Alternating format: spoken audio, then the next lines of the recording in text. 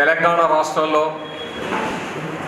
బ్రాహ్మణాధిపత్య మనువాదాన్ని, కులాధిపత్య మనువాదాన్ని అధికారంలోకి తీసుకురావాలని ఉత్తర భారతం తర్వాత దక్షిణ భారతంలో ముఖ్యంగా తెలంగాణ రాష్ట్రంలో ఈ ఆధిపత్య భావాన్ని తీసుకురావాలని బుల్డోజర్ సంస్కృతిని, మూకదాడుల సంస్కృతిని మతోన్మాద ఆర్ఎస్ఎస్ బీజేపీలు తెలంగాణ రాష్ట్రంలో ఆడుతున్న రాజకీయ వికృత క్రీడ ఈరోజు హేతువాదులు, భౌతికవాదులు, అంబేద్కర్ వాదులు, టీచర్లు అందరి మీద జరుగుతున్న ఈ మూక దాడులు ఒకటి కాదు, రెండు కాదు, అనేక చోట్ల ఈ దాడులు జరిగినాయి.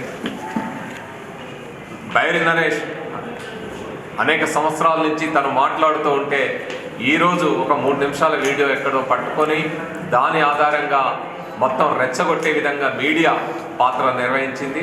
దాని తరువాత రాష్ట్ర వ్యాప్తంగా దాదాపు అనేక చోట్ల వందలాది మంది మీద ఈ దాడులు జరిగింది.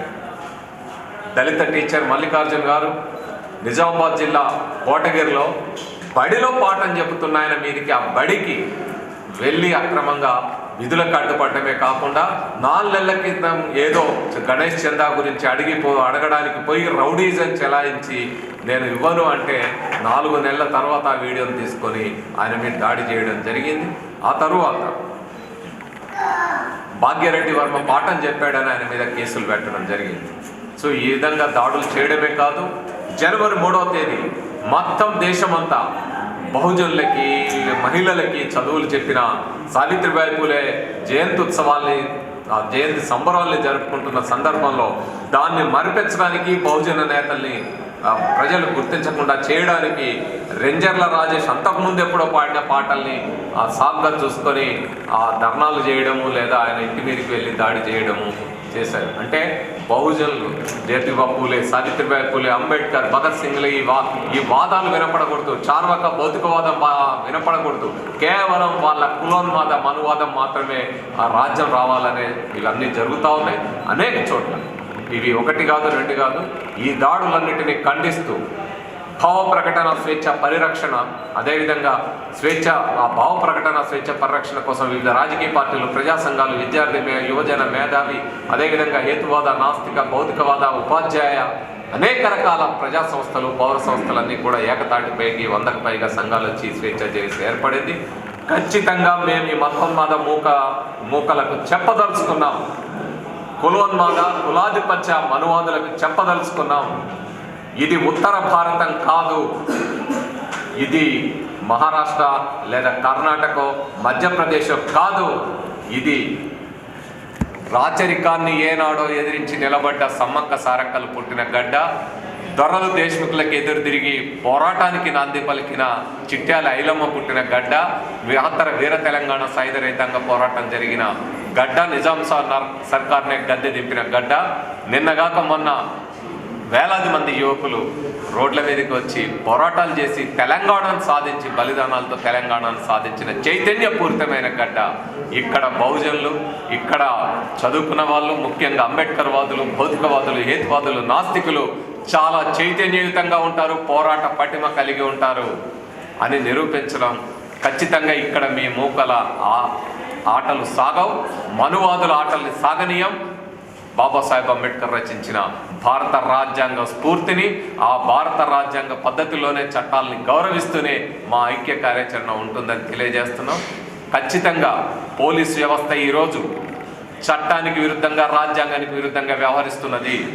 ఎవరైతే మూకదాడులకు పాల్పడి ఈ సమాజంలో ప్రశాంతమైన తెలంగాణ రాష్ట్రంలో మా శాంతి భద్రతలకు విఘాతం కలిగించి ప్రజల్ని మతోన్మాద వైపు రెచ్చగొట్టాలని ప్రయత్నం చేస్తున్నారో నిందితుల మీద, మూకదాడులకు పాల్పడిన నిందితుల మీద కేసులు పెట్టకుండా ఎవరైతే ఈ భావజాలాన్ని, భారతీయ తాత్విక దృక్పథ వారసత్వాన్ని ప్రచారం చేస్తున్నారో వాళ్ళ మీదనే తిరిగి రాజ్యాంగ విరుద్ధంగా కేసులు పెట్టడాన్ని మేము ఖండిస్తూ ఉన్నాం.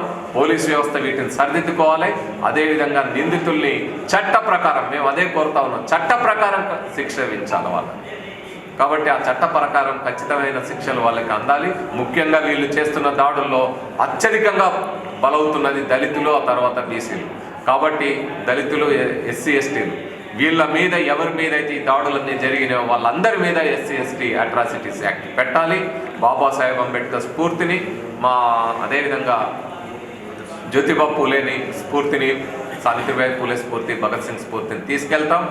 భాగ్యరెడ్డి వర్మ పాఠం చెప్పినందుకు, భాగ్యోదయం పాఠం చెప్పినందుకు టీచర్ మల్లికార్జున గారి మీద మీరు కేసులు పెడితే ఆ కేసులు వెంటనే విత్డ్రా చేసుకోవాలి.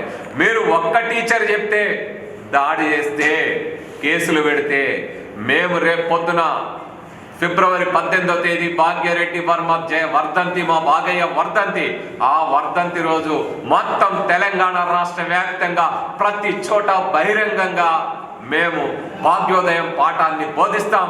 అందులో ఉండే మూఢనమ్మకాల్ని వివరిస్తాం. అందులో ఉండే బసుని జోగిని దురాచారాలకు ఏ విధంగా భాగ్యరెడ్డి వర్మ పోరాడినరో, ఇప్పటికీ జోగిళ్ళ పేరుతో ఏ విధంగా వాళ్ళని దోపిడీ చేస్తున్నారో, వాళ్ళ మీద ఇంకా అత్యాచారాలు చేస్తున్నారో ఇవన్నీ కూడా చెప్పి తీరుతాం. అందులో ఉన్నట్టు భాగ్యరెడ్డి వర్మ అంబేద్కర్ పోలికలు చెప్పండి అన్నది చెప్తాం, జ్యోతిబా పూలే భావజాలాన్ని చెప్పమన్నది చెప్తాం. వాటన్నిటిని వివరించి తీరుతాం. బహిరంగ బోధన, ఓపెన్ టీచింగ్ రేపు ఫిబ్రవరి 18వ తేదీన చేయబోతా ఉన్నాం. అట్లాగే మనుస్మృతి పేరుతో, ప్రాచీన భారత రాజ్యాంగం పేరుతో మళ్ళా మనువాదాన్ని, కులాధిపత్యాన్ని తీసుకురావాలని చూస్తూ ఉన్నారు, బ్రాహ్మణాధిపత్యాన్ని తీసుకురావాలని చూస్తున్నారు. ఖచ్చితంగా భారత రాజ్యాంగం వచ్చిన తర్వాత మీ మనువాదుల ఆట కట్టయింది. దాన్ని ఖచ్చితంగా భారత రాజ్యాంగాన్ని కాపాడి తీరుతామని, భారత రాజ్యాంగం వర్సెస్ మనుస్మృతి అనే అంశం మీద కూడా మేము సెమినార్లు నిర్వహించబోతున్నాం. ఇలాంటి అనేక రకాల కార్యక్రమాలు ఈ స్వేచ్ఛ జేఏసీ ఆధ్వర్యంలో నిర్వహించాం.